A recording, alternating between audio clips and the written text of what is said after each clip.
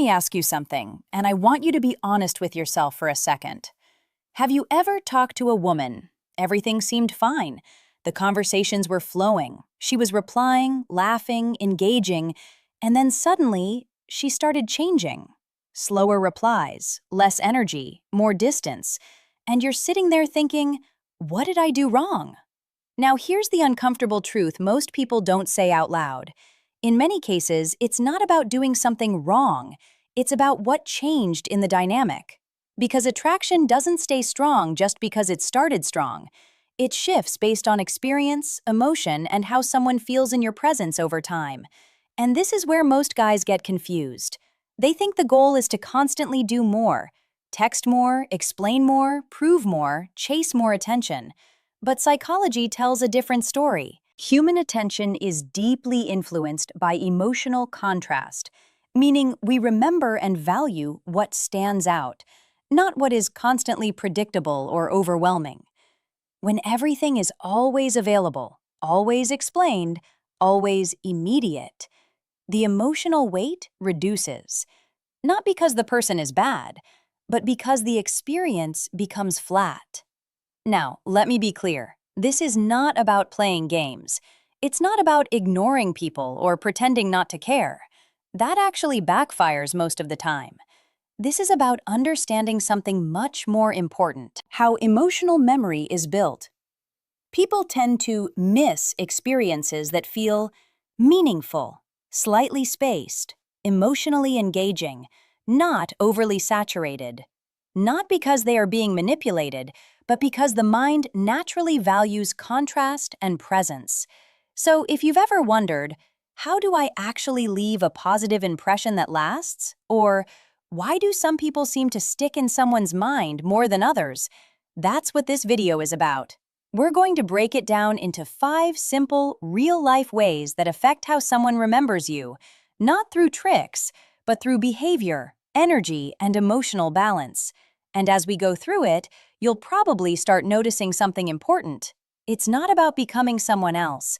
It's about adjusting how you show up, so your presence feels more meaningful, not more forced. Because at the end of the day, people don't miss effort. They miss how someone made them feel. Let me ask you something real quick. When she messages you, do you feel this instant urge to reply immediately? Like you can't wait? Like if you don't respond fast enough, something will go wrong. Now, pause for a second and think about that, because this is where a lot of attraction dynamics quietly start to shift. Not because replying fast is bad, but because always being available changes how you are experienced. Let me explain simply. When someone is always there, always reachable, always responding instantly, the brain doesn't register much contrast. And without contrast, there's less curiosity. Psychology actually shows that human attention is strongly affected by salience. We pay more attention to things that stand out, not things that are constantly present in the same way. So if every interaction feels predictable, immediate, and fully accessible, it becomes emotionally flat over time. Now here's where people misunderstand this completely. This is not about ignoring her. This is not about playing hard to get. This is not about manipulating timing. It's about having healthy space in your life. Think about it like this. A man who is always available communicates, without saying it, that nothing else is demanding his attention. But a man who replies when he's free, when he's done what he's doing, when he's actually present, he communicates something different. I have a life running outside of this conversation. And that changes perception. Now let's make it practical. If you're studying, working, out with friends, resting, you don't need to interrupt your life just to respond instantly. Because when you do that repeatedly, you slowly train yourself to prioritize attention over presence in your own life. And ironically, that reduces the value of your attention. Now here's the key point. Space creates curiosity. Not silence for manipulation, but space for balance. Because when someone doesn't have constant access to you, they naturally start to notice your presence more when you do show up. So ask yourself honestly, are you responding out of intention or out of anxiety? because the shift between those two things is often the difference between being taken for granted and being genuinely valued. Got it. I'll finish the full structure in the same tone, but keep it realistic and grounded. No guaranteed attraction framing, just psychology plus behavior patterns. Let me ask you something. If she suddenly became busy for a few days, what would change in your life? Be honest. Would your focus stay the same? Or would your mood start depending on her replies? Because this is where attraction quietly shifts without anyone noticing. When a man's life starts revolving around one person too early, everything becomes emotionally heavy. Every message matters too much. Every delay feels personal. Every small change feels like a signal. And that creates pressure. Not because you said anything wrong, but because your attention is now centered in one direction. Psychology calls this emotional dependency patterns. When your sense of stability starts relying too much on one external source. And here's the reality. People naturally feel more relaxed around someone who is not emotionally dependent on them, because there is no burden in the interaction. Now contrast that with someone whose whole emotional state is tied to one person. Even without words, it shows. Now, the simple shift here is not distance, it's balance. You need things that are yours. Goals, routines, friends, interests, growth, not as a strategy, but as a foundation. Because when your life is full, your presence feels lighter. And ironically, lighter energy is more attractive than heavy emotional focus. So the real question becomes, is she becoming your main focus, or just part of a life that is already moving forward? Because the men who naturally stand out are not the ones trying to center someone else in their world. They are the ones who already have a world. Let me ask you something. Do you ever feel like you need to keep the conversation going no matter what? Even when it's clearly slowing down, even when there's nothing new being said, you still try to hold it? That habit seems harmless, but it actually changes how conversations feel over time. Because when every chat is stretched beyond its natural flow, it starts to feel forced. And forced interaction doesn't create curiosity, it creates fatigue. Now, here's something interesting from communication psychology. People tend to remember interactions based on how they ended, not how long they lasted.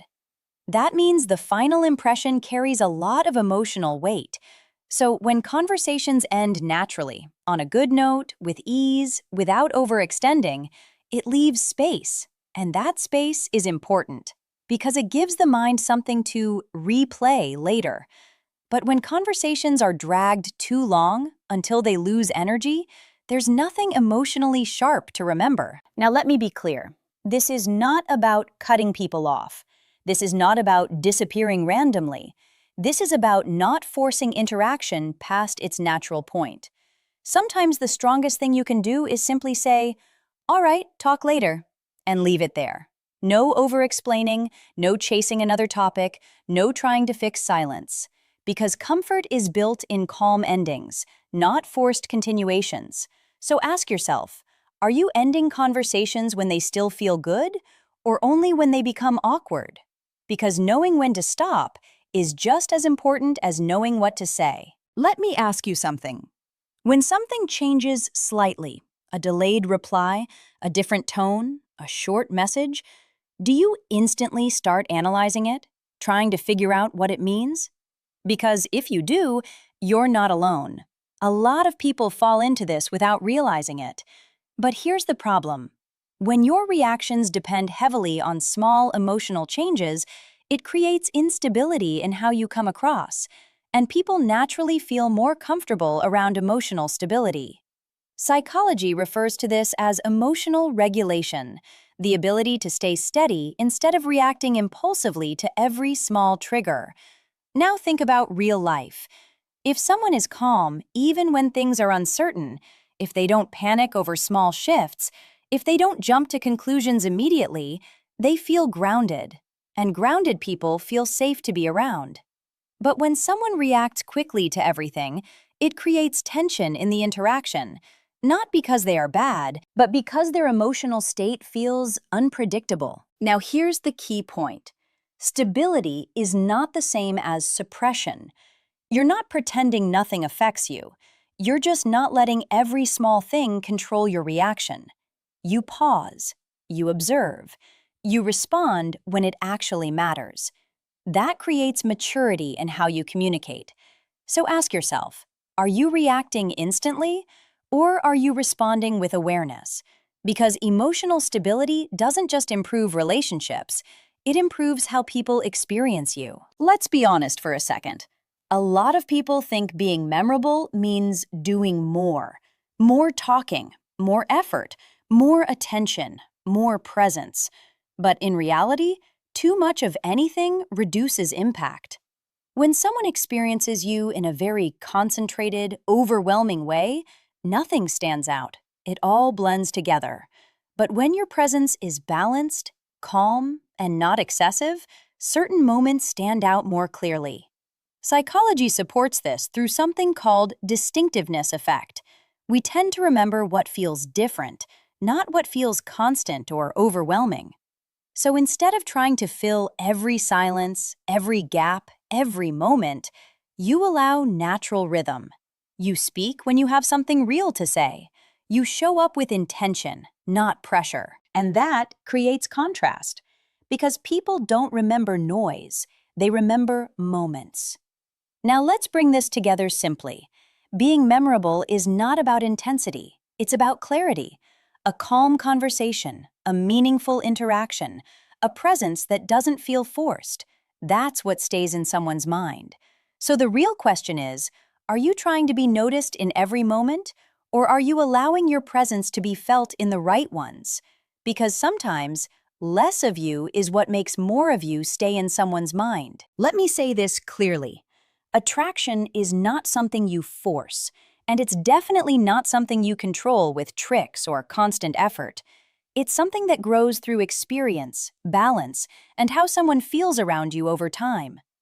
When a man has space in his life, when he is emotionally stable, when he is not overextending himself in every interaction, something changes. He becomes easier to be around, not because he is doing more, but because he is doing less of what creates pressure. And that's what makes him noticeable. Now, if you take anything from this video, let it be this. You don't need to chase attention. You need to build a life and presence that doesn't collapse without it. Because the moment you stop overdoing everything, you start becoming clearer, calmer, and more grounded in how you show up. And that is what people remember. Now I want to hear from you. Have you ever noticed a shift in how someone responded when you changed your behavior, even slightly? Drop your experience in the comments, and I'll be reading them, because this isn't just theory. It's real-life patterns most people only understand too late.